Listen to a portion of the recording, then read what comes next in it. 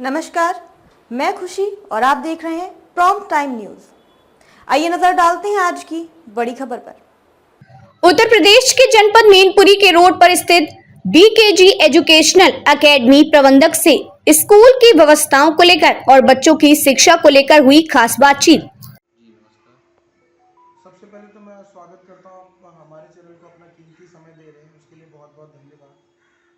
एक बार हमें और हमारे दर्शकों को अपना परिचय दें और विद्यालय का पूरा नाम।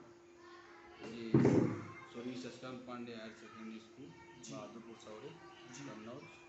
ऐसा किस पद पर इस विद्यालय में वर्किंग है? प्रिंसिपल के पद पर वर्किंग है। हमारा जो विद्यालय इसको संचालित हुआ कितना समय हुआ? ये 2015 से शुरू हुआ था और 2016 में इसको यूपी बोर्ड से और सीबीएसई बोर्ड से मान्यता मिली थी। आप कब से वर्किंग है सर? 2017 से हमने ज्वाइन किया था। रूरल एरिया है विद्यालय, मोटिव विद्यालय यहाँ ओपन करने का क्या मोटिव है? ओपन करने का यही देखा था कि यहाँ पे लोग कम शिक्षित थे, दूर पड़ता था तो लोग बच्चों को नहीं पहुँचा पाते थे। तो हमने सोचा यहाँ पास में कई एक गांव अटैच हो रहे थे इस विद्यालय से, उन गाँव में इतनी व्यवस्था नहीं थी। तो हमने सोचा कि यहाँ पे विद्यालय खोलेंगे तो हमको बच्चे भी मिलेंगे और ज़्यादा से ज़्यादा लोगों को हम कम पैसे में शिक्षित करेंगे। बिल्कुल, इस पर्पज़ से विद्यालय यहाँ ओपन किया था। हमारे विद्यालय में अभी प्रेजेंट टाइम में स्ट्रेंथ क्या है सर? प्रेजेंट टाइम में 300 प्लस होगी स्ट्रेंथ, 300 प्लस स्ट्रेंथ है जी। तो मेरा जो पहला सवाल है आपसे वो स्ट्रेंथ को लेके ही है। जैसा कि आपने हमें बताया 350 प्लस की स्ट्रेंथ है, 300 प्लस की स्ट्रेंथ है।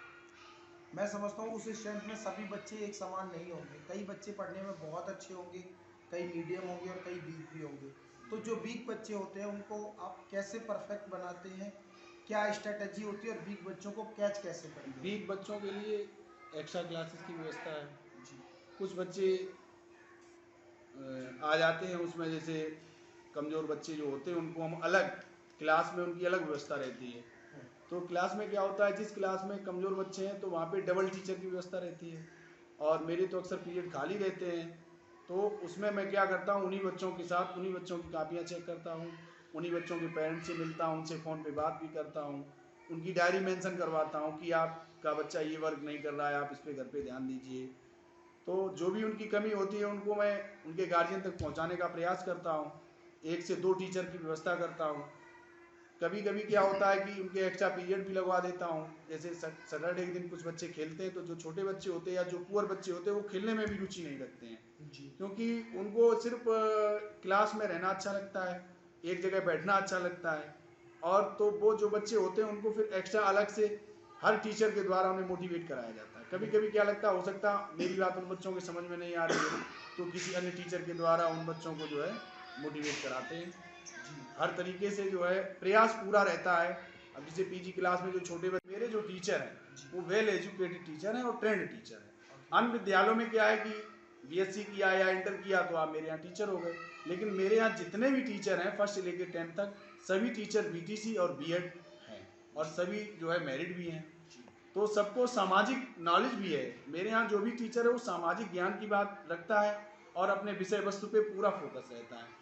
हमारे यहाँ क्या होता है कि मेरे यहाँ पढ़वाने का भी तरीका अलग है।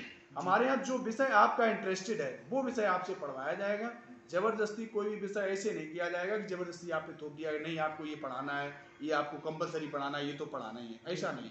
मेरे यहाँ जो टीचर जिस सब्जेक्ट में रुचि रखता है ज़्यादातर पीरियड उस टीचर के उसी सब्जेक्ट में दे दिए जाते हैं जिसमें वो खरे उतरते हैं। अभी कुछ समय पहले हमारे देश में क्या समझ पूरे विश्व में एक बहुत बड़ी त्रासदी आई हुई थी, तो कहीं ना कहीं उसमें कई सारे क्राइसिस आप लोगों ने भी फेस किए होंगे क्योंकि शिक्षा पर भी उसका बहुत बड़ा प्रभाव पड़ा जी। तो किस तरह के क्राइसिस आप लोगों ने फेस किए और उस समय को कैसे मैनेज किया, कैसे रिकवरी की उस समय को मैनेज किया कि जो सरकार के नियम अनुसार थे कि उनसे फीस ना ली जाए तो फीस नहीं ली थी। और उसके बाद जैसे ही उससे 4-6 महीने के बाद थोड़ी सी राहत मिली तो एक ग्रुप बना लिया बच्चों का, व्हाट्सएप के जरिए, मीडिया के जरिए उन बच्चों को अपनी शिक्षा देते रहे टीचर, समस्त क्लास के क्लास टीचर। फिर कुछ समय बाद और थोड़ी सी शांति मिली तो टीचर विद्यालय में आने लगे। विद्यालय में आने के बाद बोर्ड पे पढ़ाते टाइम वीडियो बनाया और उस वीडियो को बच्चों के बीच में शेयर किया, इस तरीके से उनकी शिक्षा दी। और गार्जियन से फ़ोन पे बात करते रहे कि भाई गांव में कोई अगर ट्यूटर हो तो इनकी ट्यूशन की व्यवस्था कर दीजिए और अपना घर पे देख लीजिए इन बच्चों को, ताकि इनकी शिक्षा कमज़ोर ना हो। हालांकि उसमें जो छोटे बच्चे थे, जो पीजी, एलकेजी और यूकेजी के बच्चे थे, उनका नुकसान मेरे हिसाब से बहुत ज़्यादा हुआ, क्योंकि उन्हें प्रमोट करना मेरी मजबूरी थी। लगातार 2 साल उन बच्चों को प्रमोट किया गया, लेकिन उससे विद्यालय और गार्जियन दोनों का ही नुकसान हुआ।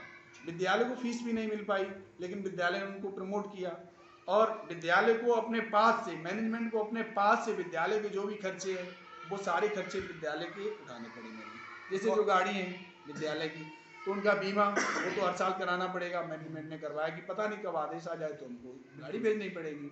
जो टीचर्स थे उनके टीचर्स के हाफ पेमेंट भी देने पड़े, और जो भी 4th क्लास में था, जो लाइट का बिल था, वो भी सारा अदा करना पड़ा। तो आदत होती है अनुसरण करके सीखते हैं, देख के सीखते हैं।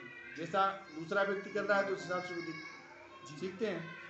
तो उनके लिए संचार, दूरसंचार माध्यम, मीडिया के हिसाब से उनको लिए टीवी की व्यवस्था कर दी। उनको उस हिसाब से छुट्टी के बाद या लंच में टीवी चला के उनको बच्चों को बताते हैं मोबाइल के द्वारा, ये ऐसे बनता है, कार्टून्स लगा देते हैं। उससे बच्चे ज़्यादा मोटिवेट होते हैं, ज़्यादा सीखते हैं, क्योंकि जो बच्चों को दिखाई देता है उसके माध्यम से बच्चे ज़्यादा सीखते हैं किताबी ज्ञान। टीचर्स की क्या संख्या है हमारे? 16 टीचर हमारे। 16 प्लस में मान के चलते हैं। जी हाँ, जी जैसा कि आप बता रहे हैं कि 16 प्लस हमारे यहाँ टीचर्स हैं। जी। कहते हैं ना कि हमारे देश में शिक्षक को ना भगवान का दर्जा दिया गया है। जी हाँ। कहते भी हैं कि अगर शिक्षक बेहतर होंगे तो ही शिक्षा बेहतर होगी। तो कई शिक्षक तो इस जिम्मेदारी को बखूबी समझते हैं कि हमें किस तरीके से अपनी रेस्पॉन्सिबिलिटी निभानी है ताकि बच्चों का फ्यूचर अंधकार की तरफ ना जाए। और कई शिक्षक इसके विपरीत भी होते हैं, जो कि मैनेजमेंट की तरफ से उनको जो टाइम दिया जाता है और जो भी सैलरी कमिट की जाती है, तो कहीं ना कहीं उनका उस टाइम और सैलरी पे फोकस होता है। तो इस तरह के जो टीचर्स होते हैं इनके लिए किस तरह की मीटिंग्स और किस तरीके से गाइडलाइंस होने चाहिए, प्लस हमारे यहाँ टीचर्स की हायरिंग का क्या प्रॉस्पेक्टस है, और जब आप लोग टीचर्स को हायर करते हो तो क्या जज करते हो टीचर बच्चों की शिक्षा पे जज रहता है कि वो बच्चों को किस हिसाब से मोटिवेट कर पा रहा है, क्योंकि शिक्षा में सीधा ये हमारे सरकार के मानक है कि जो मेरी शिक्षा हो क्लास में वो बाल केंद्रित शिक्षा हो जी। बालक उसमें विषय वस्तु हो, बालक के माइंड को देखते हुए उसको शिक्षा दी जाए। बच्चों को अलग अलग डिवाइड कर लिया जाए कि ये बच्चे बहुत कुशाग्र बुद्धि हैं, ये मंद बुद्धि हैं, या ये मीडियम क्वालिटी के बच्चे हैं। उस हिसाब से टीचर उनको मोटिवेट करता है। और जो टीचर, पहली बात तो मेरे इस संस्था में ऐसे कोई टीचर नहीं है जो समय को काटने आते हो। सभी टीचर अच्छे से शिक्षण कार्य करते हैं, और जिनमें कुछ कमी भी रहती है तो सारे ट्रेंड टीचर हैं हमारे यहाँ, सारे ट्रेंड और मेरिट टीचर हैं लगभग।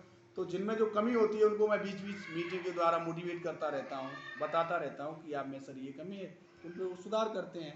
कंपटीशन का टाइम है, कॉम्पिटिटर बहुत ज़्यादा है। हमारे विद्यालय में ऐसा क्या यूनिक है जो गार्जियंस अपने बच्चों की एडमिशन हमारे विद्यालय में कराएं? हमारा काफ़ी नुकसान हुआ जी। एक और सवाल सर, जैसा कि आपने देखा होगा कई बच्चे पढ़ने में बहुत अच्छे होते हैं, बट उनके अंदर एक डर होता है, वो अपने टीचर से क्वेश्चन पुट अप नहीं कर पाते हैं। तो जब वो बच्चा तेज होता है और क्वेश्चन पुट अप नहीं कर पाता है तो कहीं ना कहीं वो कमज़ोर होता चला जाता है। तो इस तरह के जो बच्चे होते हैं इनका डर आप कैसे निकालते हो और कैसे बच्चों को मोटिवेट करते हो? जी, ऐसे बच्चों के लिए क्या करते हैं, हम उनसे अलग से उनसे हम उनकी प्रतियोगिता करवाते हैं, अलग से उनसे क्वेश्चन पूछते हैं। और कभी कभी क्या होता है कि जैसे कोई टीचर नहीं आया तो उस खाली क्लास में मेरा मैनेजमेंट या मैं या मेरा कोई असिस्टेंट टीचर जो है क्लास में जाके बच्चों से पूछता है कि ऐसा तो नहीं तुम्हें किसी टीचर से डर लग रहा हो, किसी टीचर से कोई भय लग रहा हो तो बताइए। तो अगर कोई प्रॉब्लम होती है बच्चे की क्रिएट होती है तो वो बता देता है। और जो भी गर्ल्स हैं हमारी, उनको भी अगर कोई प्रॉब्लम क्रिएट होती है तो हमारी मैनेजर में वो लगातार कंटिन्यू, ऐसा कोई दिन नहीं होता है जिस दिन वो विद्यालय में ना, विद्यालय आएंगी और उनके बीच में जाएंगी। जैसे कोई टीचर नहीं है किसी क्लास में या किसी बच्चे को घूमते टहलते हुए देख लिया तो मैम जाती हैं, पूछती हैं बेटा कोई टीचर आपको गलत तो नहीं मोटिवेट कर रहा है, आपको किसी प्रकार का शोषण तो नहीं हो रहा है, या आपके लिए ये कह रहा हो कि नहीं आप हमसे ट्यूशन पढ़ो। तो मेरे विद्यालय के टीचर जो भी हैं, किसी भी बच्चे को, कोई भी टीचर, स्कूल का टीचर स्कूल के बच्चे को नहीं कोचिंग पढ़ाता है, तो कोई उनके अंदर डर नहीं है, किसी प्रकार का कोई डर। जो इंटरव्यू मैंने आपका किया 15 to 20 किलोमीटर की रेंज में सर्कुलेट होगा जी। तो एक बार हमें विद्यालय का पूरा नाम और एड्रेस, और अगर कोई गार्जियन आपसे एडमिशन के लिए कांटेक्ट करना चाहे तो उसके लिए कांटेक्ट नंबर बता दीजिए। स्कूल का नाम है स्वर्गीय शशिकांत पांडे, जी। हायर सेकेंडरी स्कूल बहादुरपुर सौरी जी। और इसकी प्रबंधक हैं श्रीमती अंजुल पांडे और संरक्षक स्वर्गीय श्री अभय कुमार पांडे। और इनका कांटेक्ट नंबर है 93 69 24 71 04। Thank you so much sir, आपने मैं अपना वैल्यूएबल टाइम दिया। नमस्कार, धन्यवाद। खबरों में अब तक के लिए बस इतना ही। फिर होगी आपसे मुलाकात ऐसी ही एक बड़ी खबर के साथ। तब तक के लिए नमस्कार और देखते रहिए प्रॉम्प्ट टाइम न्यूज़। ऐसे ही लेटेस्ट अपडेट्स के लिए हमारे चैनल प्रॉम्प्ट टाइम न्यूज़ को सब्सक्राइब करें और बेल आइकन प्रेस करना ना भूलें।